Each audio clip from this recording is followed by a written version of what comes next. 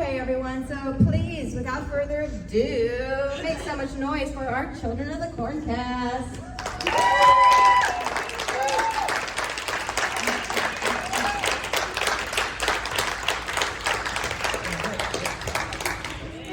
Welcome. Thank you. All right. Welcome to Indy, guys. Thank you. This is our third panel with you, right? Fourth. Yeah. Fourth, except we're missing one. Yes. Our beloved Our leader. director's not here. He's great at these things too. It's too bad. He's sad. That's sad. Answers all the technical questions. We have no clue. Absolutely not. That's all right. You know where it's going to be great. So, as per usual, I'm going to hit you guys each individually about something else that's not corn. And then we'll move on from there, huh? Okay, so, Mr. Franklin, starting with, you should be, you know, starting with you. You have a history of playing costumed characters, such as, you know, Cousin Ed.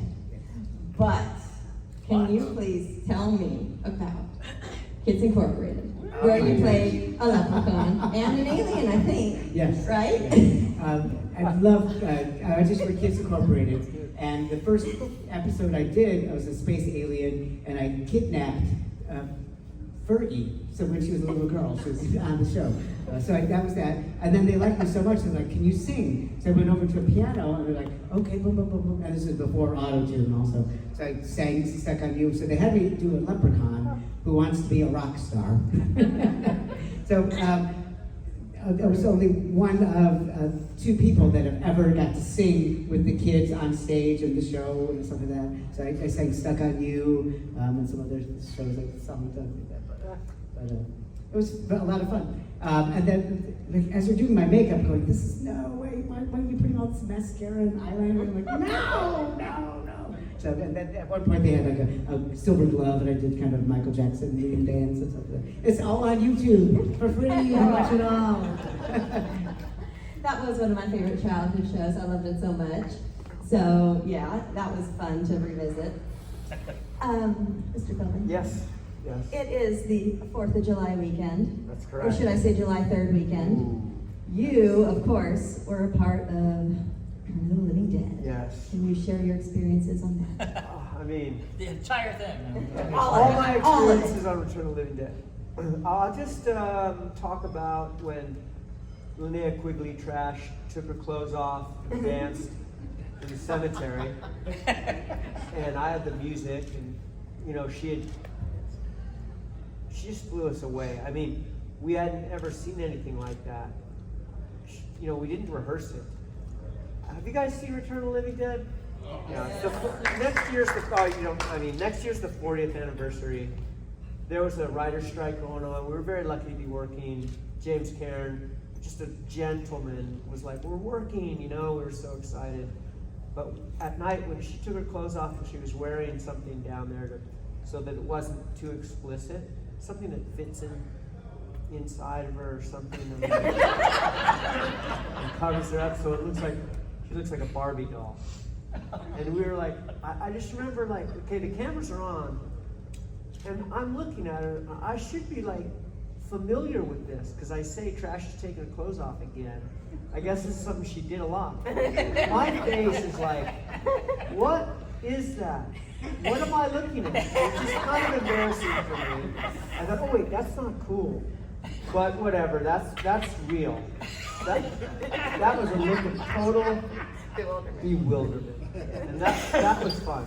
And also, one more thing about Return of the Living Dead, when you take a job as an actor, if you get rained on in the first scene and the rest of the movie takes place at night, you're going to get hosed off before every scene by a PA. Hosed down.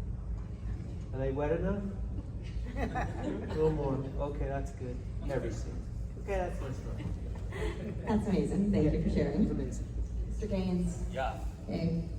We've already talked about diagnosis murder. Yeah. Can't remember what I talked about 3 days ago. It's all a blur. Yeah, me too. But you were also a part of one of my very favorite episodes of Tales from the Crypt. Oh yeah. House of Horrors, I believe it's called. Right. Can you share your experiences on that? Yeah, well, the first thing was Bob Gale directed the episode, and Bob Gale wrote Back to the Future, so that's kind of how I got offered that gig. Super nice guy. It was fun to work on. I just remember the biggest thing was, these frat dudes, you know, they make these guys go through their fraternity stuff, and they ended up actually being really bad girls at the top waiting for them, which we didn't know, but remember the one that was like an arm flies out, and I was supposed to think it's fake. So I'm like, oh, that's real. I'm like, ah! That was like my big moment. Those are hard moments, actually, to make shit like that, to be honest. But it was a good experience. I think maybe the funniest story would be Matt Dillon's brother, right? Yeah, he came from New York, and there was a warrant out for him, so he got arrested. I think the second day he was there. Awesome. What? They found his ass. I don't know how they found him. Yeah, so we had to go get him out of jail. So there you go. Kevin Dillon story. That is good. Wow. Okay, that is probably going to be the most interesting story I've heard. We'll hear all weekend. I don't know. These are pretty good too. You didn't turn him in, did you? Not me. I had no idea you had a warrant out.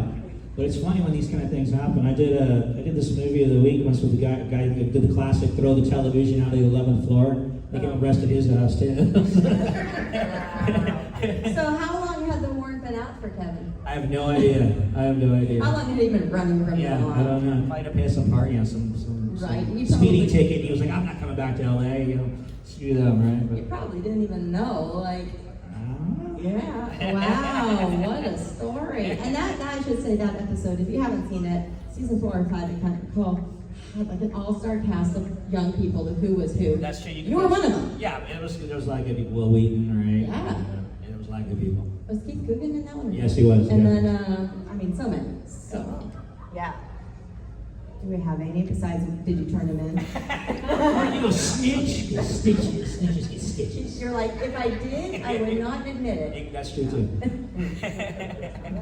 you ever figure out who came in your burrito? Woo! So the question was, did I ever figure out who came in my burrito? I did an episode of Sunny in Philadelphia. That was like my one line, but it was a very memorable one. My kid loves that show, and he saw that line. He literally fell on the floor and laughed for like 5 minutes. So, I always seem to get those lines people remember. I don't know how, but so yeah. It was the dude. It was the other dude. He's notorious. I can't trust him. So you guys have had a very, very long, thankfully, career. You have so much to your catalogs. Looking back on the beginning, the first few projects, whatever those might be, porn. First for all of us, yeah. What advice would you give your younger selves to help you deal with those first experiences on screen? Save your money. After Courtney came out, I didn't work for months. And I thought, oh, this is easy money. I'm gonna go and buy new furniture for my apartment and buy Toyota Celica, down payment. I'm like, no. Yeah, they call it the classic rookie move. Like if somebody gets a series and then it goes the next year, everybody shows up with a new car, and then the show gets canceled. And then, it's like the classic. Is that an after superstition? Like, okay, no one buy a new car. No, I'm telling you, especially like a series. If the series gets picked up for next year, everybody shows up with a new car. Yeah. Yeah. They think they're going to be on the show for like 10 years. Right, and then it gets canceled. And then it gets canceled. Yeah, it's like the classic. We shouldn't do that. We should wait till Right. year 3 at least. Right. So that is good advice. Yeah. How about you, Philbin? Any Yeah, advice? save your money. That's the best. I just spend it all. Oh, I'm going to do this for the rest of my life. Because when you're starting out and you get a job and you join the union and you've got some movies, you're going to do that for the rest of your life. Tell your per diem story. I got Children of the Corn, and they gave us an envelope called per diem, which I like. What is this? It's extra money to buy food with, really, right? Yes. It's what you eat, how you eat. If you're not on the set, I was never on the set. I was only on the set like 3-4 days, right? So I go to the mall, buy a leather jacket, a cowboy hat, like boots. I'm mall shopping, like. And they said to me when I get back, I was so proud and so naive. Look what I got. They're like, dude, you should save your per diem. I'm like, why? Because you might not be getting it every week. And I just thought, oh, I'm gonna get this every week for the rest of my life. And it didn't happen. I don't know what happened to that leather jacket, those boots, that hat. Really? I mean, just consumption. Like, as if money's like, you know, I didn't really understand the value. Look, we were making our dreams come true. Though. It was dreamy. Yeah. We were idealistic, and we were lucky. We were fortunate. Very But yeah, lucky. the money thing is a intelligent older person going, you should save this money. Also, the best advice for if you're starting out, if you get to be in a movie, is steal your wardrobe, take a bunch of props. Yeah, That's true, The actually. last day of Corn shooting, they said, "Do you want this costume and the hat?" I'm like, "You get this stuff at Goodwill or something like that. I don't want this crap." And now I think the hat. I don't know how they authenticated it, but it's sold for like over $10,000 at an auction online. So how do they prove that it was mine? I don't know. I did keep my shirt, and I put it in an auction for a theater company I was involved in. I don't remember what it wasn't 10 grand, I can tell you that. But yeah, I wish I kept a lot of stuff from projects that I worked on. That's for sure. I don't know exactly how to say give myself advice, but I think the thing that I wasn't mentally prepared for, particularly when Children of the Corn came out, was just all the crazy reactions. Like, you know, kids would see me and go crying to their parents. And I'm not kidding. Like, it was like, and I was not. That was you. You saw me when I was that. terrified of you for some reason. I actually met you a few years ago and I told you that story. Right. And so Seemed like the meanest, badass guy that you didn't want to cross paths. I just wasn't prepared for the, you know, what happens when you get recognized. You sort of get in the bubble. And, you know, big stars can't go anywhere without that. You know, I'm glad we're not, honestly, I'm glad I'm not that famous in terms of I can still go out to a restaurant or something, because once you get to that point, you just can't do anything. Like, it's like you're not in the world anymore. It's kind of hard to explain. So that, I would have somehow tried to warn myself that, like, this is going to be really overwhelming once people start recognizing you. So that's it for me. Because I'm just not comfortable with that stuff at all. For you two, how did you deal with the popularity of the film when it came out, and did you get recognized like Courtney did? Yes, there's also, I was in an elevator in a building going to wherever, and this woman saw that she got on, saw me, and jumped off. She would not be on the elevator with me. There's a restaurant called Barney's Beanery in West Hollywood, and I was there with friends after the movie had opened. We're eating lunch or whatever, and a woman with her party of 6 or whatever across the way sees me. That boy's so scary! And she made the maitre d' move her entire party of 6 or 7 to another table on the other side of the restaurant. She would not be there. So again, it's like, and I did an episode of Highway to Heaven, where I played a mentally handicapped runaway. It's very sad and touching. It's actually my favorite thing that I've ever He's very good at it. But if people would, in a mall or wherever would see me, I could just know what they saw. They were like either, or, so I was like, okay, I know what they would recognize me for. I think I already said it. What's the question? Did you get No, recognized? I don't ever get. I only get recognized from a surf movie I did, Oh, yeah. and never from What Children's surf Corn. movie? What was that called? It's called North Shore. North Shore, yeah. You ever Okay, heard I of did that? a surf. I did a surf movie that became a cult classic movie in the surfing community. The surfing community is a very small group of people, tiny. It's not like horror or westerns. But when I go to a surf community, people call me by my character's name, and I found that to be very disturbing. So like, for 10 years, maybe 15, I was like, don't call me that. Don't call me Turtle. The guy's name is Turtle. Now, 25, 35 years later, I'm stoked when I hear someone say, call me by my character's name, because it means that it made an impact on them. I'm an actor who someone knows my character's name from a movie, and that now makes me proud. But if you asked me 10 years ago, God, I would be like, you gotta stop calling me Turtle. Like, now I'm proud of the nickname. It's a surfing thing, but it's an actor thing, because a lot of actors get offended when fans call them by their character's names. They're totally offended. They're like, I'm not that guy, like I'm a human being, whatever. You hear it from everyone, Spock, whatever. I'm not Spock. I am Spock. But it comes around and you're just proud to have been in a movie where people know your character's name. And I've only done that with The North Shore, surf movie, Universal Studios, 1987. Currently available on Netflix. Available on Netflix. Shameless plug, check it out. Yeah. And then start calling him Turtle. Yeah, it'd be Call him great. Turtle. Because he loves it. He loves it. From now on, I'm just going to call you Turtle. Okay. Okay. So you talked briefly about the clothes that you kept. In my podcast, when I cover a movie, every episode there's a segment we do called Fashion Moment. Do you guys have any notable fashion moments from Children of the Corn? Doesn't have to be your own. Fashion moment. I do. Yeah. Should I start? Yeah, take that one, please. Okay, Children of the Corn, my first movie I ever did. Flashdance had come out that year.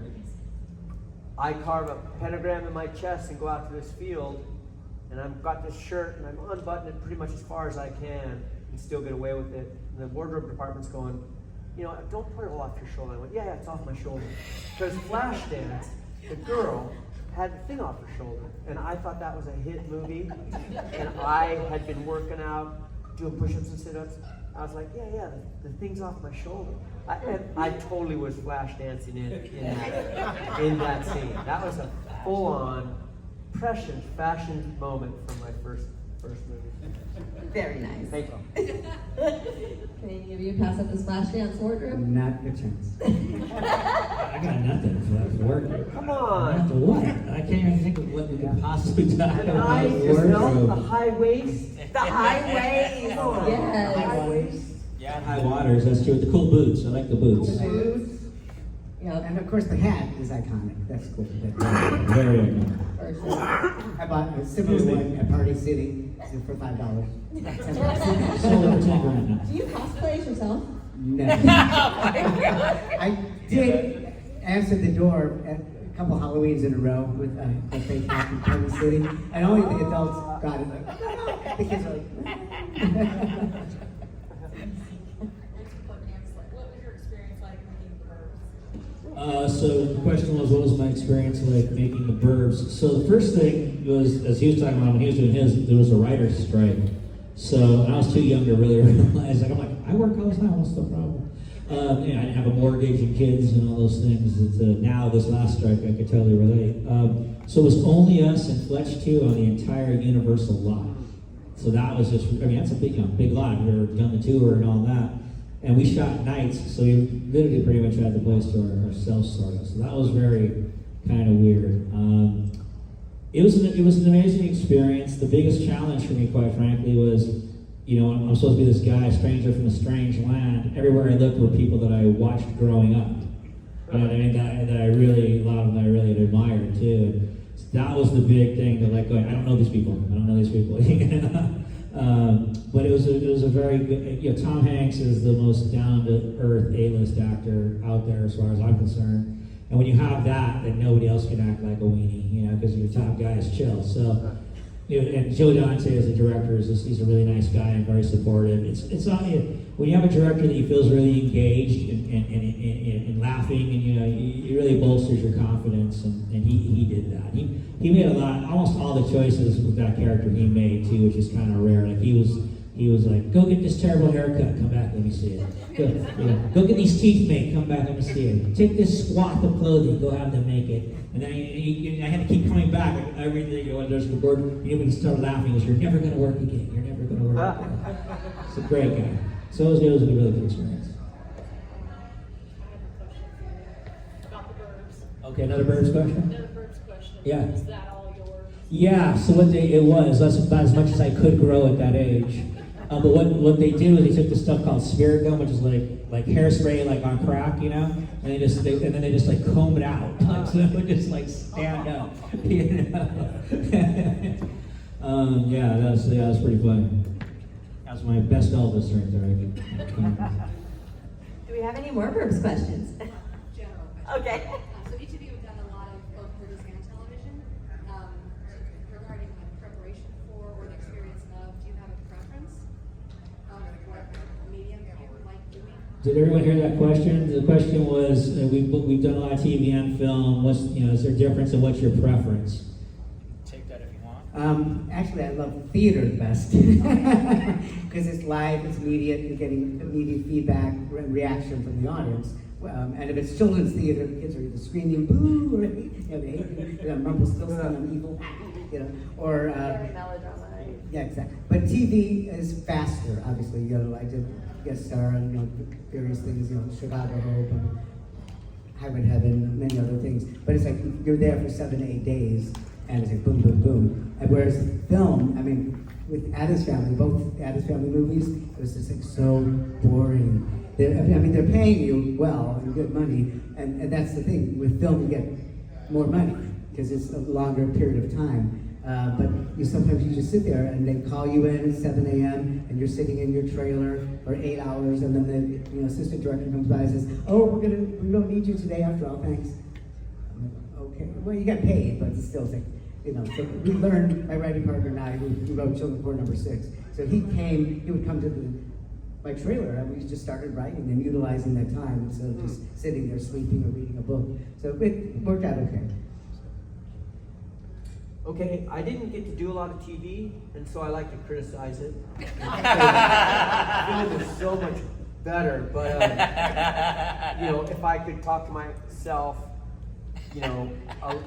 40 years ago, I go, hey man, you should try to get on a TV series, but I always poo-pooed it, because when I did a couple films first, 3 or 4 films right out of the gate, and people would make fun when the director had to move really fast because we're losing the light or something. People would go like, this is like TV, and I'd be like, oh, TV's bad.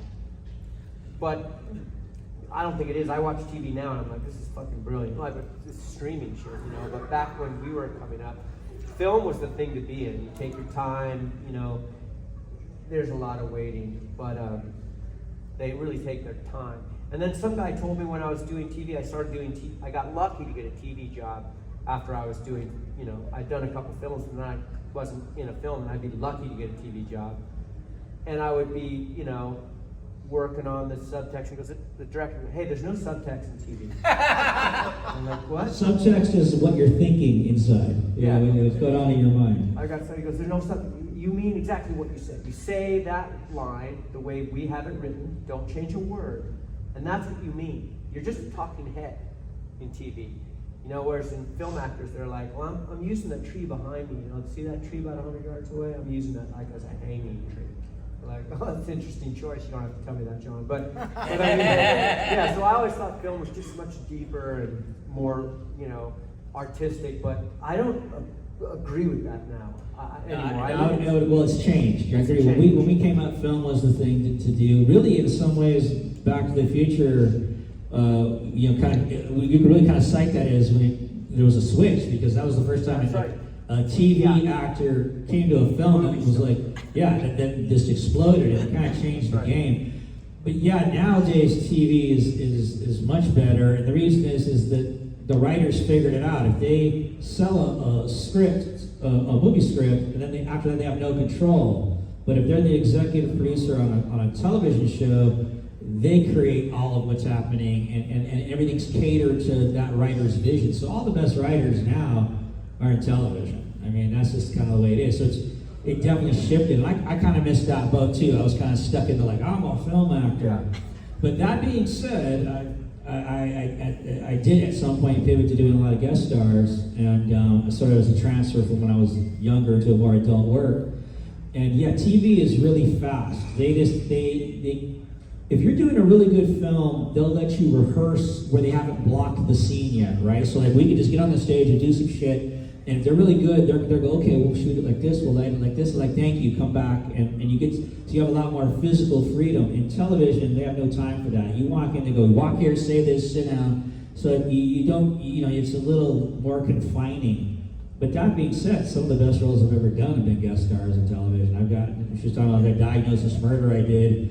There was a guy who was paralyzed on his left side, pretending to have cerebral palsy on his other side. Now I had a week to prep something like that. And then he's always been very complimentary to the Criminal Minds I did a few years ago. That was a very complicated character. And you're right, a lot of times it's just straight, they mean what they say, but this dude was like, is he having a PTSD moment here? Is he hallucinating over here? It was very complex. But TV, you just move really fast, so you better make your choices and you better just go for it, because you're not going to get a lot of takes, and so you better be ready to go. Doing TV when it is moving fast like that, and you make your choice and you go for it, do you ever get the direction not that way? You get sometimes in television like you're doing too much, because they don't like you to. One theory is only they like you smoking the leads on the show. which I hate to say I will do. If I, you know. And two, sometimes it's just the tone of the show, especially like some of those procedurals and things, are just, they want, you know, flatness, you know? Nowadays, yeah, a lot of the stuff you watch, is they literally almost want you to do nothing, you know, just say the line, and don't move your face, don't do anything. Say the words. And I'm like, come on, man, like, I'm from a different, you know, I'm from a different generation and a different skill set. I just can't really work like that, you know? A little story about direction from Michael Landon when I did the Highway to Heaven. It was like 7 or 8 days, and on like day 3 or 4, he's just like giving me blocking notes, and I said, you know, Michael, I said, is there any character notes or anything like that you want? He's like, if there was anything that I could possibly improve in your performance, I would let you know. Keep going. That was a beautiful, wonderful thing. Later on, he put me in, he submitted my episode for an Emmy nomination. I didn't get it, but it was just very nice. And before he passed away, he said, out of Highway to Heaven, that was one of his favorite top 10 episodes, which is very nice. Yeah. And he let me come in a couple times to pitch ideas for more future episodes as a writer. So that was cool. He didn't have to do that. Cool guy. I already said my piece, remember? Great It question. was so memorable. What? Have you So ever memorable, she forgot. have you ever gotten the direction after you do your thing not that way? Oh, yeah. In TV. Yes. Here's another problem. So I'd been in a couple of movies and I thought I was a big shot. And then I got a TV show, I think it was Law and Order or something, or Wise Guy up in Seattle. I don't know if you guys know Wise Guy. Yeah. You know, guest star. And then I have to come back and loop it for TV, where, you know, you replace the dialogue, you watch your performance, and you replace the dialogue in a studio, soundstage. And Dick Wolf was there, I think. Oh, sure. Wow. Yeah, that's what it's like. Just a little pressure. He's like, no, we will say it like this. And I was like, Oh. what? Because this is, you know, this is how we want you to say it. And I was like, let's go again. And I just wouldn't do. I would just try to do something other than that, because he was giving me a line reading. Which is kind of a no-no, but Back you know, in the 80s, when you that are was- Dick Wolf, who like runs like 20 shows, but Yeah, in it's the still 80s, kind of something. you know, I'm a film thing, and I'm like, that's a line, you know. And I'm passive aggressive, and I'm super cocky, and I'm just keeping it. No, do it like this. And I was like, let's go again, you know, now we do it my way. How's that? That's not what we want. Like, because we want you to do it like this. And I said, well, you're not going to get me to do it that way. And he never worked again. I never worked in TV again. And I realized Dick Wolf has a lot of power. Oh, yeah. But at the time, it was such an insult to me. Now, if I'm doing an independent film or something, which I just started doing, and I'm like, you know, like, what is this? Like, I'll immediately go to someone, what is this? Will you do this line for me? They'll do it, and I'll go, okay, I'm going to do my version of that line. You know, like, now I'm all about line reading. I think it's the greatest thing ever. I can't wait to do a line reading. But back then in the 80s, it was like a sin. No, John, say it like it's a sin. There you go. See how easy that was? I mean, I wish I would have had someone on my shoulder going, see how easy that was, John? Like, you want to work again? That question really opened up a whole can of worms. Yeah. No, good job. No, good job. Yeah. Good question. That got us all Really good. excited. The juices are flowing. Do you have any behind the scenes of Children of the Corn or outtakes that didn't really come into the movie? Well, my favorite story about that is, so the first day I shot was when I first came out of the cornfield and they hit the kid. Yeah. And so this was my first day of shooting, so I had no idea how anything goes. Well, they snuck the kid under the sheet, and when she came, he jumped out and scared the shit out of her for real. Still the best joke I've ever seen on a movie. I thought this is how all movies are shot at all times. This was my first thing. But she jumped 10 feet back and cussed the director out in a real, Linda Hamilton was super nice, but it was still the greatest prank I've ever been part of. Thank you. I'm a child of the 80s, and I was raised watching this, renting the tape and watching it many times. How did you guys get onto this film? And was this the first thing you ever did? Okay. First thing I ever did, yes. I was cast in another movie called Grandview USA, and I had 6 weeks before I had to show up on location. My agent, Steve Donville at the time, sent me into this casting director, Linda Francis, Francis, yeah. Linda Francis, and Jeff Greenberg, And he said, "You've never been in a film before, John. You should do this little horror film before you do this fancy, special movie that you're gonna do. That's gonna change the world, and you're gonna be brilliant." And I was like, "Cool, okay, you sure? Because it's like a horror movie, Yeah, but it's Stephen King. But you need to practice of working in front of the camera. Trust me, it's a good idea." So I went in there, met him. I'm totally stoked about this next movie I'm doing. I'm kind of got a buzz about myself because of that. I'm so precious and special. And I do it. The director looks at it. He looks at a bunch of us. And the casting director goes, "This guy's going to do something after this. It's really, he's going to be in other movies. He's hot right now." So I got the job. First movie I ever got, Children of the Corn. So when they filmed it, I was talking to John, I think, on the set once before. I was totally posing. He doesn't remember. I was a poser. I've been a poser all my life. But I get this part, and I'm like doing push-ups and sit-ups, and then I carve my chest. The very first scene I do in a movie is I carve my chest. The director comes in before the shot, and he's like, "I've never seen an actor do more sit-ups and push-ups in my life." I said, "You're not." I have my shirt off in the next scene. It was, and in my face, in terms of research, blank. Fear. I'm just like, cameras making noise. It's my line. I know it. I know the line there. But I made that choice for that character because he's gonna kill himself, basically, and I just thought he'd be so scared and zombied out, but trying to, put up a good face. But it wasn't until I went Taking one for the team, yeah, right? it wasn't until I went into the cornfield. You were there, and it was night, and there was fog. It was freezing fucking cold, and there were kids, and there was lights. That was a powerful, magical scene for me, and that was when I first went, "This movie acting in it is super powerful." That was my experience. I'm originally from the south suburbs of Chicago, and I just moved out to LA to become a sitcom movie star, or not movie star, but be on a sitcom. I wanted to do comedy. So I got an agent right away because I was over 18 and looked 12 or 13, and they really wanted that, especially on a low budget movie like Children of Corn, where if you're under 18, you have to have a parent there, you have to have a school teacher there, you can only work so many hours, you're not an adult. So that was a bonus. So they knew I was over 18. And I went in and auditioned, and I had just done a play in Chicago called The Innocents. And there's a cool movie based on the super old black and white one, where the kid is possessed, and all this dramatic and all this stuff, and she dies. But anyway, so I did that play, and then I loved Stephen King. In high school we would always pass the books back and forth, dog-eared Carrie and everything like that. So I had already the hardback copy of Night Shift. And there wasn't a lot in Isaac in there, but whatever it was, I knew it was a boy preacher. They didn't have any boy preachers at night, but I would watch regular preachers, late night TV. Give me your money. Jesus wants your money. And I just came in with that whole thing, and I right away, I got called back a couple times, and there was 6 or 7 Isaacs there. And then finally, the next 2 callbacks after that, it was just me and Malachi's. So again, you never want to get cocky or think, "Oh, I got this in the back," because you don't.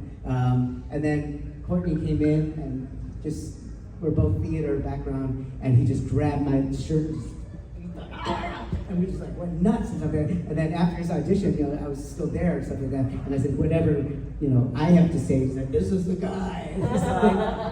So I'm sharing this. This is Thank you, John. Got it. But I cemented the Hey, thanks, brother. I appreciate it. So back in the 80s, there was, it still goes on, but now people have to pay to do it. There's these things called showcases where you would invite casting directors and agents, and you feed them cheese and wine, and if they like you, maybe they take your photo and stuff. So Linda Francis came to see me do one of those. So she was really my first casting director fan. And I auditioned for a feature that I got, and then the movie tanked. The movie, they lost the money. But she cast me in that, so then she brought me in for Children of the Corn, and so she was already the cheerleader, the one rooting for me, giving me my break. And then the story, I don't know if you've heard the story, but I had this little knife. People now say it's like this, but Jeff Greenberg, who was the reader, who went on to be a huge casting director, who tells people never do this. I pulled this knife on him in the audition. I put it under his throat. He didn't know if it was fake or real. He about wet himself, to tell you the truth. And I remember seeing the producer and Fritz out of the corner of our eye look at each other because I took over. You know what I'm saying? Like, I'm a kid and this is an adult, and I had him by the short hairs at that moment. You know what I'm saying? Now it's a risk. When you do something crazy like that, it can be like, never audition this actor ever again. He's nuts, you know. But I was hungry and I was trying to bust into this business, and so I didn't know for sure if I was going to do it. I had it in my pocket and I just played the moment. And then I had to come back and read with John, and yeah, I grabbed him by his lapels. I think he was pretty much off his feet, but he was great. He was all in, like you said, he was all in. And so we had chemistry, and here we are 40 years later. So crazy. Which one? If you had any memories, I'm sorry, if you had any memories of reprising the role of Isaac in Children of the Corn 6, and how that came to be, and was there any hesitancy, and you took reprise that role? Or? No. My writing partner and I, for those of you of a certain age, we had a development deal, so we were working for Connie Stevens for like 10 years writing scripts and stuff like that, really getting paid regularly. Only one thing got produced. It was a video series on good parenting. And then the editor messed it all up, so she got the insurance money. But we decided, we wanted to bring Isaac back. We found out we had to figure out who had the rights, because Children of the Corn rights kept changing, people with different companies. One of my managers was able to make an appointment for us, because she was well known in New York. And we went in and pitched the idea, Isaac's return, and they're like, oh my God, thank you. We were brain dead, we're out of ideas. Thank you, we did cranked out through 5. So they hired us, and they said, okay, there's no rush, go off, write whatever you want.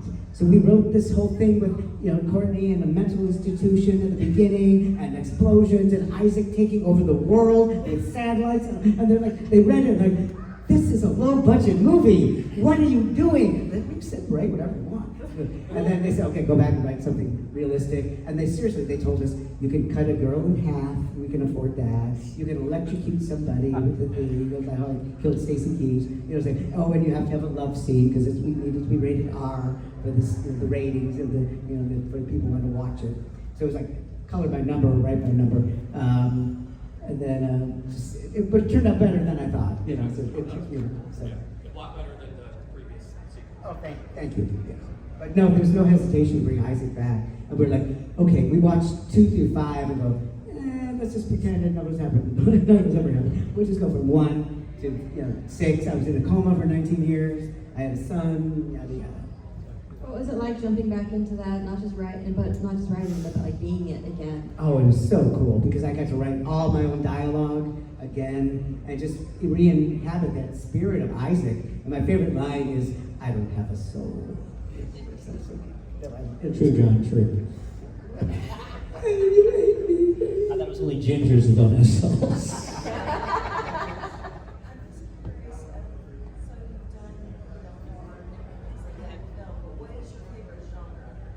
That's for all of us? All of us? So the question was, I know you've done horror, but what's your actual favorite genre? Yeah, I'm not gonna say I'm a huge horror fan. I'm not gonna lie. But the bottom line, I don't really care about the genre. I care about, can I believe the situation? That for me is the bottom line. Like I use like Charlie's Angels when the movie starts and they jump out of a helicopter with no parachute. I'm out. You know what I'm saying? I'm already out of the movie. I'm like, nobody is doing that. Yeah. So to me, that's really the thing. Is what's the premise? So as long as I've got that, and I can buy into it, I'm in. I don't know if you want to call it a genre, but the most favorite things I've done are musicals live.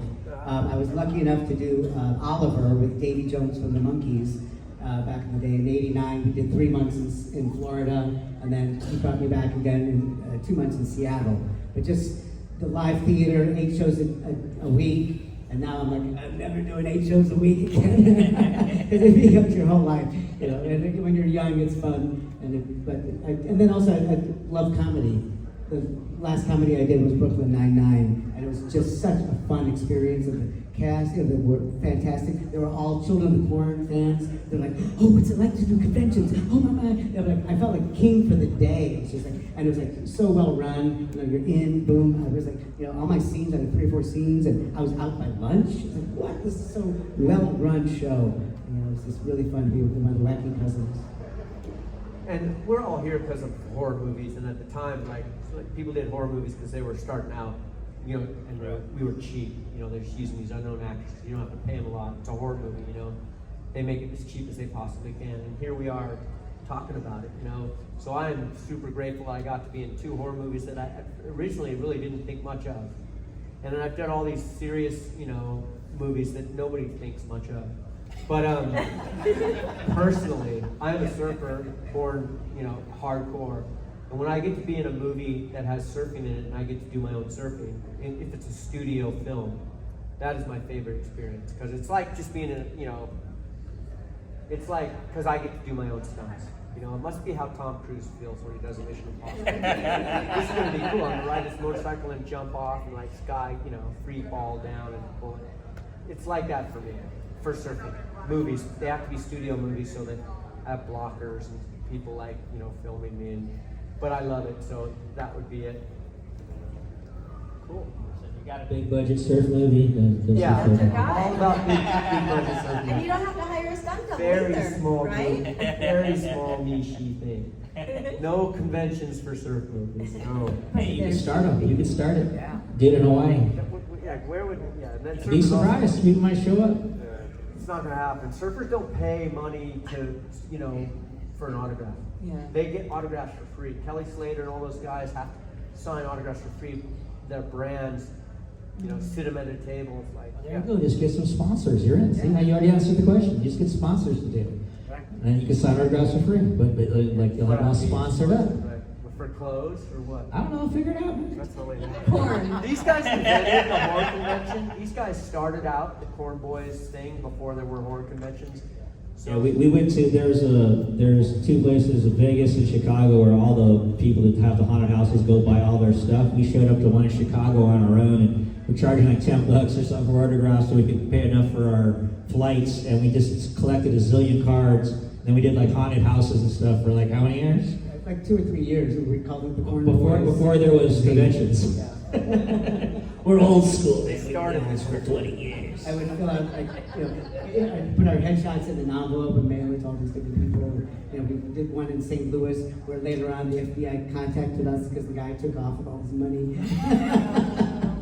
It was like, cool. Yeah, we did some pretty crazy shows. There was one, it was in I think in Indiana, Woody's Bait Shop. And it was, I mean, it was just us. And they had a corn maze, and it rained. It got rained down. It was terrible. Nobody showed. Nobody came. I felt so bad. They paid us and show up and everything. Nobody showed.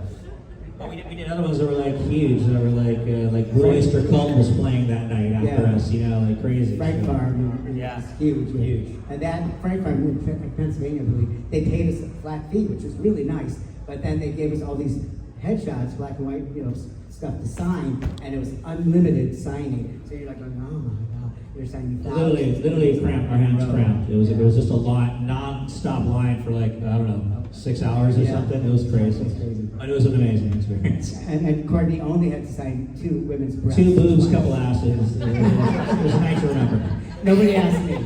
Did they belong to the same person? No. Just wondering. We got time for one more audience question. One more. One more. Anyone got one? Not yet? All right, I'll wrap us up then. So as I said, going back, you guys are veteran actors, very successful, have been in the business for so long. Do you have any tips or tricks for upcoming either actors or filmmakers, writers? Yeah, I just always tell people, you know, the door can open easy the first time, but if you're not prepared and you go in there and stink it up, it's not going to open easy the second time. So go steady, get good at your craft, so when an opportunity shows up, you can rock it. That's my advice. As an actor, I would say, and I taught high school English for 14 years too. I took a break from acting, and kids would come up and ask, "How do I break into this showbiz?" I said, "Do theater first." It's a discipline. It's live. You can't screw up. I mean, you can, but you look like an idiot. But you know, you have to learn your lines, show up on time, you know, be there, and be responsible, and you just learn the discipline. Because a lot of actors that I've worked with are just sloppy. They kind of come on, oh, I can learn my lines. And, you know, it's just Talk about me like that. I was gonna name names, but you know, just the discipline. And for writers, I just said, you know, there's no such thing as, you know, writer's block. It's BS. Just sit down and write. I've been writing a journal. I've written a young adult novel. I'm going to self-publish it next year called For a Friend. You see on my table here, follow me on Instagram, John Franklin Cornboy. And you'll read all about it, you'll find all about it. But also, it's just, I've been writing a journal every night for half an hour for the last 8 or 9 years. And when I'm out on conventions, I bring a yellow legal pad. And I've got so much because we were so busy this year. I'm gonna seriously have to go rent. I've done this last couple of years. Rent a hotel room on the Pacific Ocean, so we're in Pismo Beach. I just bring my laptop so that I can get caught up. It's like at home, got the dog, got the distractions, but I do write every day for half an hour. And I would say when you're making a movie, probably theater too, but I'm scared to do theater. Everybody's working so hard and working such long hours. Actors are probably the most spoiled person on the set, so you've got to really do your homework, you know, really research your stuff, and bring your game.